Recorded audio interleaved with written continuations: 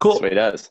All right. So my name is Exhibit. This is another episode. I don't know. It's been a while, but another episode of Exhibit and Friends. Today we are here with my good friend Jimmy Young, with from Bootleg Rascal. Jimmy, can you tell us a little bit about yourself? Yeah, how you going, man? Thanks for having me. Of course. Yeah, I guess. Well, I'm from Australia. Obviously, you can probably tell by the accent. And yeah, grew up on the East Coast, in a place like called the Gold Coast, actually. And yeah, been playing music in a few different bands for the last kind of 10 or more years, I guess. And Bootleg's been around for about 6 years in Australia, and we have actually made it out to the States to do one or two tours in the past, supporting some mates of ours called Sticky Fingers. So we've been out there a couple of times playing some shows, and Okay. yeah, that's I guess that's a pretty good little introduction. Yeah. Hopefully, yeah, that, yeah, that'll work. That'll work pretty well. So you've been yeah, playing music for, you said, about 10 years, and you play the guitar, correct? But do you play? Have yeah. you ever dabbled with any other instruments, or was it just mainly guitar?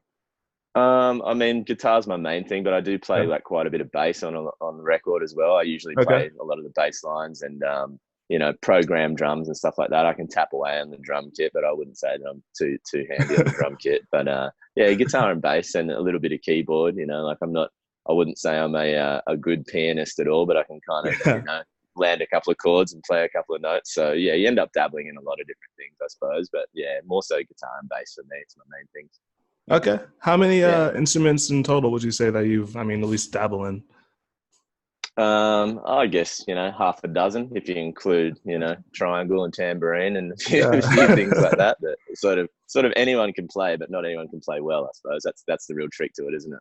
Yeah. That's Yeah. interesting. So what is it that, makes you want to pick up an instrument, or makes you want to practice an instrument, or I guess made you, unless you're still. Well, yeah, I guess when I was younger, I was about 9 years old, and I started playing guitar at school. But it was very like traditional, classical kind of flamenco guitar, and I Mm. was pretty young, and at that stage, I just kind of wanted to play Nintendo and run around outside, and I wasn't really ready to settle into like structured classical kind of learning music, so I kind of gave that away after a year, and then I came back to it when I was about 14, and I was hounding my folks about I really want to get an electric guitar and I want to learn how to play like rock and roll. So Yeah. for Christmas at the end of that year when I was 14, I got a little PV practice amplifier and a little PV electric guitar, which was kind of like a cheap copy of a Fender Stratocaster, I guess. Pretty Okay. classic sort of look and sound, and all I could play at that time really was "Come as You Are" by Nirvana, very badly. That riff and Classic. a few other real basic things like that. And yeah, I just wanted to learn how to play rock and roll. Really, I started learning "Smoke on the Water" and all the classic, Yeah. horrible little guitar riffs when you're learning that just drive everybody crazy. But yeah, that was the start of it all, I suppose, for me. Yeah, Okay. And then yeah. when did the first band come along? How did that happen? Well, I think the first rendition of a band I remember was me and my best mate at the time. We were about 16 at school, and we started a hypothetical, like a theoretical band at that point. I could play a bit of guitar, he could too, and we came up with a name. And he was a really good artist, so we kind of made the name look really cool. And all of a sudden, we just found that all these girls were really interested in that. Oh, you've got a band. Oh, that's cool, And we were kind of like, oh, well, we literally hadn't played a note of music together, really, but we had the name and we had the artwork, and everybody seemed really stoked on it. So we're like, well, maybe there's something to this music stuff. Maybe we should actually start a band for real. So I think about 2 years later, we started an actual band, and we were playing I see. music. Um, yeah, we You. were called. Did I lose you? Yeah, you broke Hang on up a a little sec, bit. man. Sorry. That's fine. Up in those Australian hills. Yeah, do I have you? Yeah. So Okay. let me know if There you we're go. back. We're back now. Yeah, sorry, man. I Got just you. had a phone call coming through. I see. It's no problem at all. So yeah, like I'll continue where I was, but yeah, when we were about 18, we'd finished school and we'd kind of run on the hype of having a pretend band for a while. We thought we'd start a real band, and we loved the band called Sublime at the time, and that was our real inspiration for. We wanted to play music and pretty much do some of the things that Sublime was doing, which we figured was kind of playing a bit of reggae rock and, drinking and partying and running around and doing all that sort of stuff. And we thought Sublime was like the perfect kind of, idols for us at the time. So we started a band called Roger That was kind of almost like a Sublime covers band at the start. And Okay. that was where we sort of began it all. And we entered a Battle of the Bands contest.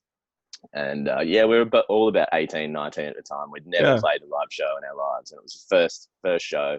We rocked up to this Battle of the Bands, and we were the last band on. And every band before us just seemed so good, like they were seasoned musos, like they were playing songs, they were dancing around, they were really confident, and we were all just there, like absolutely like crapping ourselves basically. And I just remember thinking, like, I don't want to do this. Let's just go home. Let's just pretend we never came. All those sort of thoughts are running through our head. And we got up there and we were pretty green, but people really liked it. And we ended up, going through all the rounds of that contest and ended up winning that Battle of the Bands contest. It was a pretty local thing. It was pretty small, but Okay. the competition was that you got to record an EP or a few songs, with a guy who wasn't too far away. And that was kind of spurred us on to go, oh, well, we won this competition. We recorded some songs. People seem to like it. Let's sort of keep going. And I guess we had the bug by that point, we'd sort of been bitten. So That's awesome. we kept on from there. Oh, that's cool. You don't really hear about a lot of competitions like that anymore. I mean, you wish you do, No. because I mean, I wish I can see kind of a true Battle of the Bands, Yeah. like Yeah. battle, but I mean, so I don't know how I feel exactly about it, because it's kind of weird, isn't it, having a competition when it's relating to yeah. music or art or something, because it's such a Hmm. subjective thing, isn't it, really? Like what you like, I might not necessarily like, and vice versa, so it's a bit of a weird thing to think of it like a contest, but in this respect, it worked out pretty well for us. So yeah. That's a good point. I never really looked at it like that either. It definitely is kind of weird to put, because you can't really. Same with like when people compare, the favorite artists. It's like how can Yeah. you really do that? Like, Well, who's better? Yeah. exactly what is better? I Yeah. guess Exactly. Yeah. subjective. It's So very hard. yeah, let's talk about fast forward to Bootleg Yeah. Rascal. Now, Yeah. I read some story about the formation of Bootleg Rascal, and it just, Yeah. there's no way that it seemed true. It was like you guys are in like a strip club, or like two of you guys are in a strip club first, and then like something. Yeah. Dude, it was just like a whole bunch of random stuff. So hopefully you can Yeah. clarify a little bit exactly the story and how you So, guys, how well, I Bootleg guess, Rascal.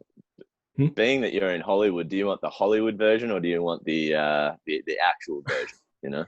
I'm not going to take the Hollywood version just yet. Let's go with the All actual right. version. Okay. Well, let's go with the version before we adapt it to fit, TV and film kind of Mhm. constraints. But the real version was I'd been playing in that band Roger That for a while, and that band came to an end. And I was sort of doing other things for a while. And our manager at the time, he'd started managing other bands, one of which was Sticky Fingers. Okay. And so I was sort of lurking around, and I was tour managing them and just helping them bits and pieces, but I wasn't playing much music myself for a couple of years. Mm-hmm. And anyway, he said, look, I've got this guy. He's a bit of a singer-songwriter. He's got some all right songs. Why don't you guys get together and have a few jams and, see if you can work together and maybe record some songs? Or it was all very loose. There was no Yeah. real sort of definite, pathway there, what was going to happen. So I met this guy. His name was Dan. He had a few songs, and we thought, well, we're kind of practicing and jamming together, and we had some good ideas, and we were bouncing off each other, and we thought, let's just record a few songs, basically an EP, and see what happens. So we recorded these songs with a mate of ours around the corner, like pretty basic, like bedroom style, recordings, but it was going well.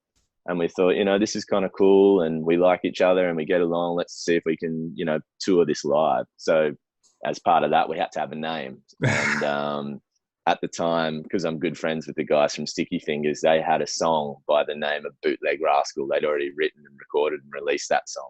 Okay. And I was chatting to him one day. We're still good friends now, obviously. So yeah, we were chatting about it, and I said, I'm starting this band with this dude. Don't really know how it's going to go, but one of the things is we're really looking for a name. Do you have any ideas? And they were kind of like, well, what about Bootleg Rascal? Like, we'll let you use the name of our song to your band if you want. Like, it's a cool name. You may as well do something with it. And I thought that was a great idea because I like the name and I like the vibe of it. And I think it suited kind of the aesthetic, that we were going for. And And then, from then we were known as Bootleg Rascal.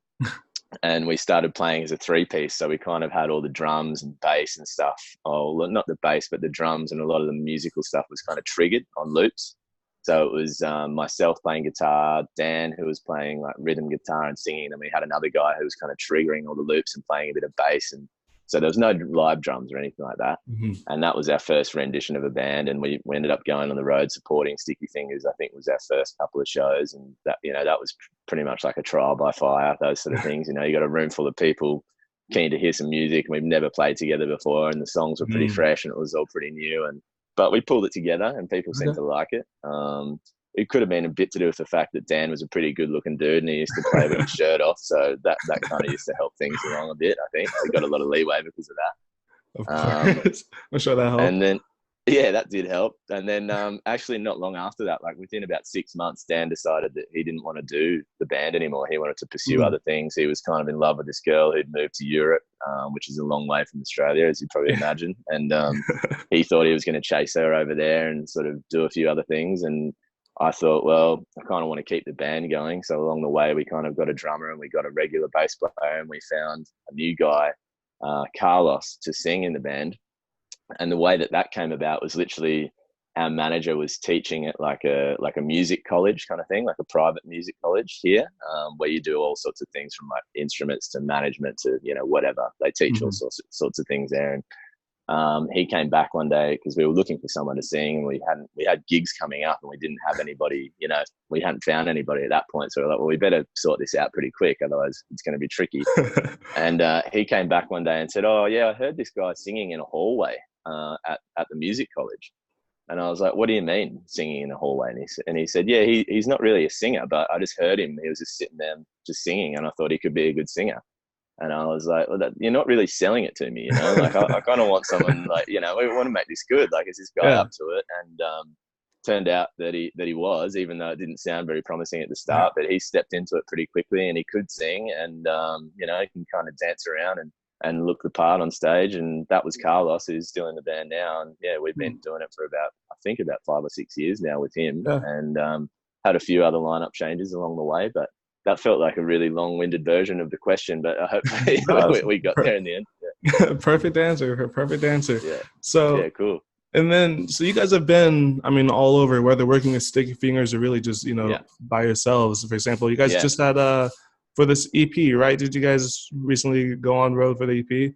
So how many it was a double single we put out and earlier this year, and we just did we did a small tour mostly of the east coast of Australia, and then we went over to New Zealand and did 5 shows in New Zealand as well, and a lot of that was all sold out, so that was cool for us. And the response to the new song seems to be going really well, so I think that'll sort of lead into an album that we'll probably release late next year, which will be our third album. We've done an EP and 2 albums so far. But we're really excited with how it's going, and we kind of, I guess, you constantly want to evolve your sound and feel like you're doing something new, but without, sort of disorientating people who are, used to you sounding a certain way and sort of have expectations for what they want to hear from you. We kind of want to incorporate that, but also, just take it in a slightly different direction as well. So I think we're doing that, a pretty good version of that. Anyway, we'll wait and see what everyone else thinks. Yeah. You guys are definitely bringing in some, not new elements, but kind of putting emphasis on new elements. For example, one of the tracks, I forget the name, but it was mostly hip hop influenced, mostly hip hop based, which I thought was pretty cool. But you guys have done hip hop tracks in the past, but still. It's a nice kind of new refresher, I guess I could say. So that's awesome. Well, I guess that sort of element stems from, like Sublime got me into playing kind of that band music, and they were one of the first bands that I ever heard that sort of did the reggae thing with the hip hop thing really well, and also they were like a punk band at the same time. So that was like an interesting combo for me. It was like, well, you can kind of play reggae and you can kind of play upbeat punky stuff and you can play hip hop, like you can combine all this stuff, and that's always been like I've liked all that sort of music over the years, and that was my first sort of introduction to saying, well, why can't you combine all the stuff you really like? And since then, bands like Gorillaz sort of tend to do that a bit too. And Yeah, I think it's just the sure. way forward these days, isn't it? There's no real rules to it. It's like there's probably not going to be like maybe necessarily a new genre of music that will come out, but it's all to do with how you combine all the different elements into something new these days, I think. So I agree. yeah, Yeah, especially now. I mean, people are, for example, tracks no longer just a single artist featuring, one other artist. It could be no, like 10 different artists on a single track. And for example, Kanye is yeah, having gospel artists like on the track. So people yeah, are, and people are adding a lot of different things, combining. There's no rules anymore, I guess, or there are, but they're being broken down, at least in the music industry. I feel like yeah, a lot of people have more freedom to kind of do whatever you want. Do totally, you agree with that? Do you feel like, at least when you started off yeah. and now, like how would you say the industry, I guess, has it changed in any way? Yeah, I mean, I think it's sort of like I was saying before, it's kind of pretty exciting because there's a lot less, it's not like all of a sudden there's going to be, oh, there's this new genre of music called rock and roll. It's the devil's Mm. music. It's not really going to be as plain and big and simple as that. It'll be more so like we just have the freedom to literally go, well, I really like that guitar solo that they did in that metal song, but I really like, Mm. hip hop beats, and I really like a reggae bass line, but then I still like kind of sweet melodies sung over the top. And you can literally get all those elements and slap it together, and it'll work, and Yeah. people aren't going to necessarily be like, well, what's that? Like you just have so much more freedom to combine all this stuff together. So, and also with the power of recording equipment too, like we can literally sit in our bedroom and come up with something that sounds pretty, on par in terms of Mhm. quality with a lot of big budget stuff. And that, Yeah. it's a far cry from back in the day when the Beatles, got two 4-track recorders and stuck them together to get 8 tracks. Yeah. Like if you had been able to go back in time with the technology at our disposal now, I think they would have been amazed to see like how powerful, even on your phone now, you can have this little device that we can do this That's on and true. do all sorts of stuff. We're pretty spoilt with the Yeah. with the amount of power in our hands literally these days for that sort of stuff. So Yeah. yeah, I think it's exciting that we just have the freedom to be able to do whatever we want whenever we want, and combine all these different elements. It's really cool. I agree. I agree. That was well said. And also on the other side, as far as, I feel like the our artists, or at least the industry in general, is just kind of raising pressure to just, changing the industry standards and practices to make it kind of more fair for the creators, but also Yeah, kind of, to where they're not trapped, just to make it yeah, to where they can, you know, feed themselves and travel yeah, and do their gigs and things like that. Which, so I'm I'm yeah, I'm very excited to see what happens. But yeah, at the same time, like, different factors are definitely changing the industry, like for sure, for social sure. media in general, just Yeah. making the wrong things popular, which kind of, I Oh don't know, yeah. is right in some people's eyes. Scary thing. Mm, So I guess it's kind of definitely. like a roller coaster ride. You just gotta, Oh, for sure. uh, But I think like it's not so much that it wasn't a roller coaster ride in the past. It's just that the roller coaster is a bit different now. Like I see. back in the day, we didn't have the internet, and if you wanted to hear a song, yeah, you pretty much had to buy a physical record of it, right? Hmm. So there was obviously more money involved in selling records, but at the same time, how many stories are there of people that were signed to these major record label deals where it was like, oh, but you sold like 10 million records, but they saw like 1% or something of the money that came through. They were just getting Yeah. ripped off blind. So that was a challenge they had then. And now probably our challenge is that everything's readily available on the internet. And because of that, it's all available for free, essentially. So people kind of have to choose whether they pay for music or not in terms of, listening to it and getting a record. But, that's just our version of the same thing, I suppose. Like Yeah. on the other hand, it's a great tool to be able to reach a lot of people, and I can get on the phone and talk to you. You can get on Spotify, listen to my music. Like it's made the world a lot smaller in that Hmm. respect, which can be really good for a band that's developing and coming up. But yeah, I guess it's just you can't sort of complain about the situation. You just have to find the way to make it work for you, I suppose. And it's been like that always, I guess, one way or another, hasn't it? That's true. That's true. Yeah, Yeah. I mean, there's always gonna be an issue, or a problem yeah, that you just have to work out, and everybody's that's working right. out, I guess, their own problem, I guess, or finding their own solution to the problem, because it's a better way of putting it. Yeah, Totally. that's Yeah, true. totally. Yeah, And I guess that's yeah, that's the key to becoming a successful at whatever you want. Whatever you want to do is just find your own that's right. solution. Yeah. Huh? That's cool. You just got to So try to use the tools that you've got, I suppose, and work them to your best, advantage. I suppose that's the whole challenge with everything, isn't it? yeah, yeah, I agree. Yeah. I agree. Well, that's great. Well, let's talk about a little bit about where you've been, because you it seems like you mentioned you've been in the States, but you also been in New Zealand, Australia. Where have you been anywhere Yeah. else? Yeah. Like, Yeah, we've done a couple of tours of Europe, at least two or three now. okay. So we're hoping to go back there also again next year, and the States if things sort of fall into place for us. But it looks like Europe we're definitely going to go back to next year. And yeah, we love like traveling and going and seeing Yeah. people around the world. Like it's an expense obviously coming from Mhm. Australia, so you have to be kind of mindful of that. And we can't do it as much as we'd like to because of that. Because of the expense of it. But we love doing it, and I it's see. always a real trip when you go somewhere. Like we play some pretty random little towns in like Germany and France and places like that, and Hmm. you'll rock up, and just the fact that even in these small little university towns or whatever, there's people who will come to your show and know particular songs and even sing along the words. It's still pretty surreal. I don't think I'll Yeah. ever get sick of that. That's kind of one of the funnest parts about it. I think. Yeah, it's always pretty amazing, that side of things. Yeah, that's got to be just a surreal feeling. I couldn't even imagine, Yeah, to yeah, be in that position. So, totally.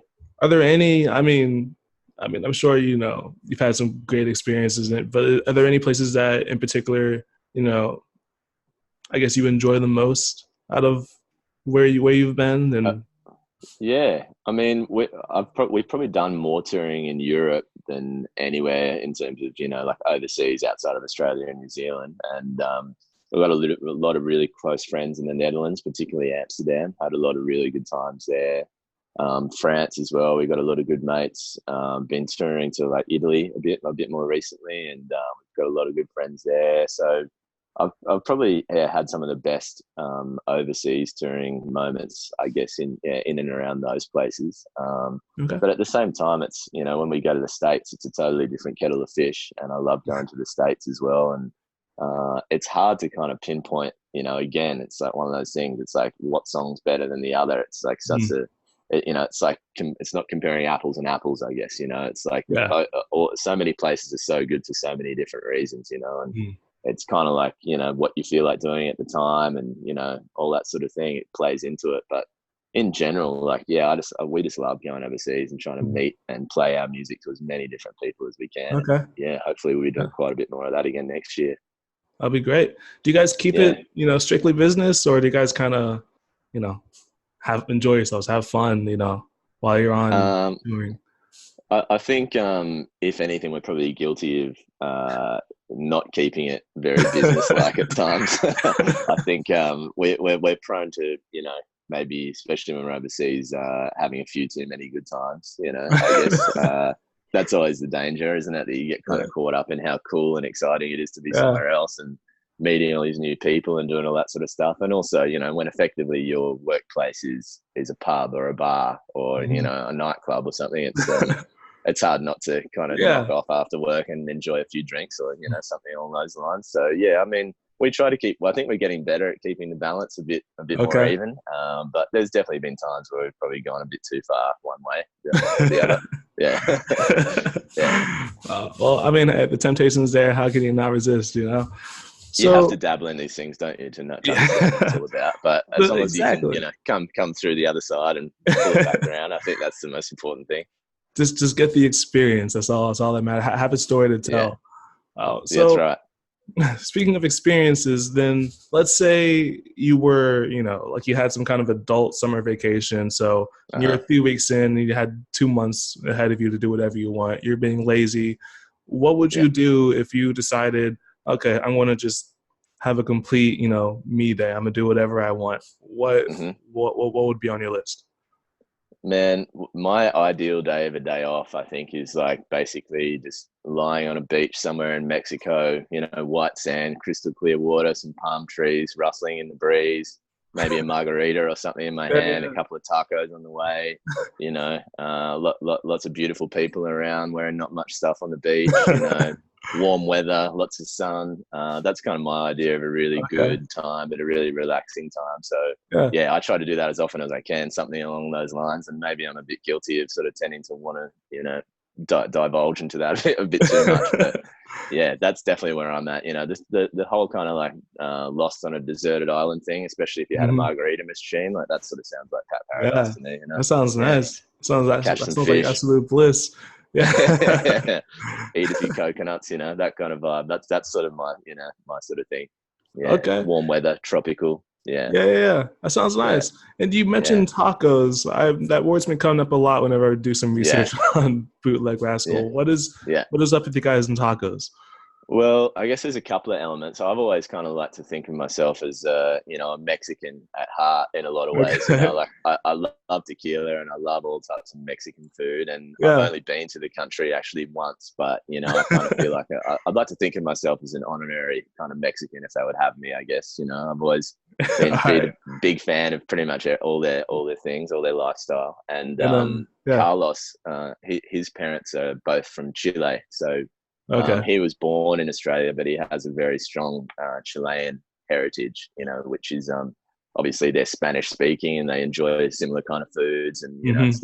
it's different, but it does tie into that culture as well. So Yeah. I guess we kind of, between the two of us, we feel like we've got a strong connection to a lot of that sort of stuff, and yeah, we both enjoy tequila and the food side of things a lot, which is handy because I don't know what I'd do if I was with someone who was completely against that sort of stuff. I don't know if it would work out. Sounds like a nightmare. Uh, yeah, yeah. So that's lucky that we both share a love for all those sort of things, And yeah, that was just purely, lucky that worked out to be that way. It wasn't really a prerequisite of being in the band, but I think now any new person that comes into the band probably will make it a prerequisite. So, So yeah, you have to enjoy yeah, your tacos. Yeah, you used to stop by. I mean, you've been to LA, but yeah, Houston or Texas, is you want to get yeah. Tex-Mex? Oh my gosh, dude. Oh, Uh, yeah, yeah.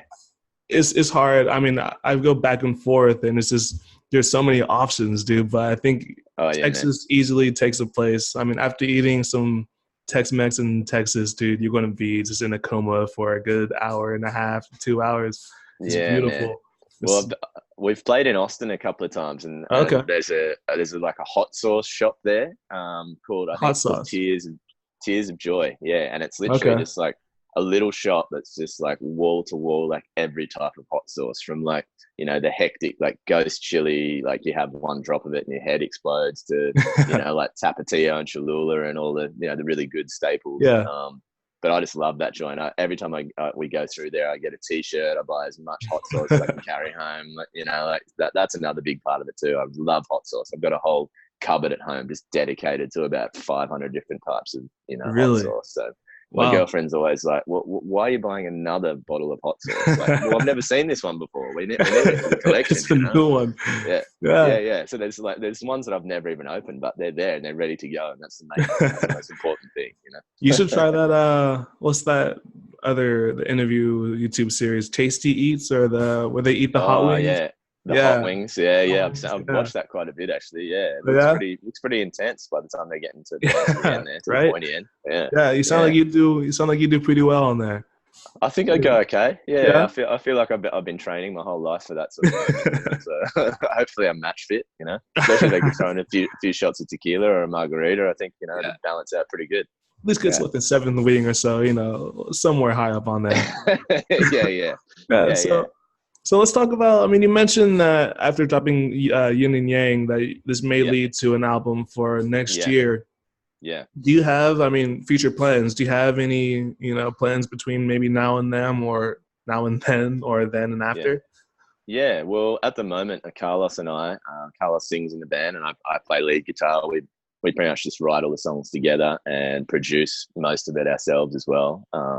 But we've been writing and just demoing a bunch of songs whenever we can get the chance. So we're working on just building up a bank of songs at the moment, Hmm. trying to Okay. pick what we think might be the next single, which we'll probably put out a single hopefully early next year if all goes to Hmm. plan. And we're talking to a couple of different guys in terms of producing, because we don't really have like a regular person in terms of production stuff. We've got a guy that Okay. we do a lot of recording and mixing and stuff with, and he does help us with production obviously as well. But I guess we haven't gone to someone as like an outside producer to work on Hmm. songs, especially in a pre-production sense, very much before. So Okay. we're kind of experimenting with a couple of people and seeing how that could work. And yeah, just writing as much as we can. And yeah, I think we'll definitely do a single early next year, maybe a single again, somewhere in the middle, and then hopefully have an album, sometime in Yeah. the back end of next year is the plan. So Okay. yeah, we're really excited about doing that. So hopefully, yeah, we can pull the finger out and make it all come together. All right. Well, yeah, that sounds like fun. I'm looking forward Yeah, to it. I'll definitely keep an eye out. So, yeah, man, we'll let you know. yeah, for sure. Is there anything You'll be else that first on you'd the like list. to? I mean, I appreciate it. Is there anything else that Yeah. you'd like to, share, promote, real quick? I got one more question Um, for you. I think we've pretty much covered it, man. I mean, I'm Yeah. really hoping we'll get back to the States, if not next year, the year after, because I'd love to come back and tour there again. We had a lot of great times there. And even if we just did a West Coast tour, I'd love to do that again. So if there's That'll be anybody great. watching from there, hopefully we'll be back there to see you sometime real Yeah. soon. And yeah, I guess just stay tuned for the new music. There's definitely going to be some out next year, one way or another. And hopefully it will be a full album at the end of the year. And yeah, other than that, that's about it. Thanks very much for having me, man. It was good fun chatting to you. All right, my pleasure. I had a fun time too. Yeah, One more yeah, question for you. So just tell me yeah. something that you're thankful for currently. Oh man, there's so much really, to be honest. Like, pretty much. I know it sounds like a cliche, but Oh, that's lately fine. I've just been waking up every day thinking, like I live in a great place. The air's clean. I got fresh water. I got plenty of food around. Yeah. I'm not really, worrying about, something blowing up beside me or people dying around me. It's all pretty cruisy on my end, man. I just Yeah. virtually wake up, do what I want a lot of the time, make some music, hang out with friends and family a lot. So, I mean, yeah, I think it'd be harder for me to think of something I'm not thankful for at this point, which, I'm trying to keep that sort of focus a lot more in my life these days, because it's easy to kind of look at the glass, half empty instead of half Hmm. full. So I'm trying to be a half full guy from this point onwards, I Okay. think. Yeah, I like it. yeah, I like it. Be a half yeah, full kind of guy. That's the message I yeah, want to take away from this today. All right. yeah, Well, yeah. I hope so. Jimmy, I appreciate you taking the time. It was nice talking to you. And well, thank you Likewise. very much and have a great day. Thanks, All man. right. You too. Hopefully I'll get over there and see you sometime soon in LA.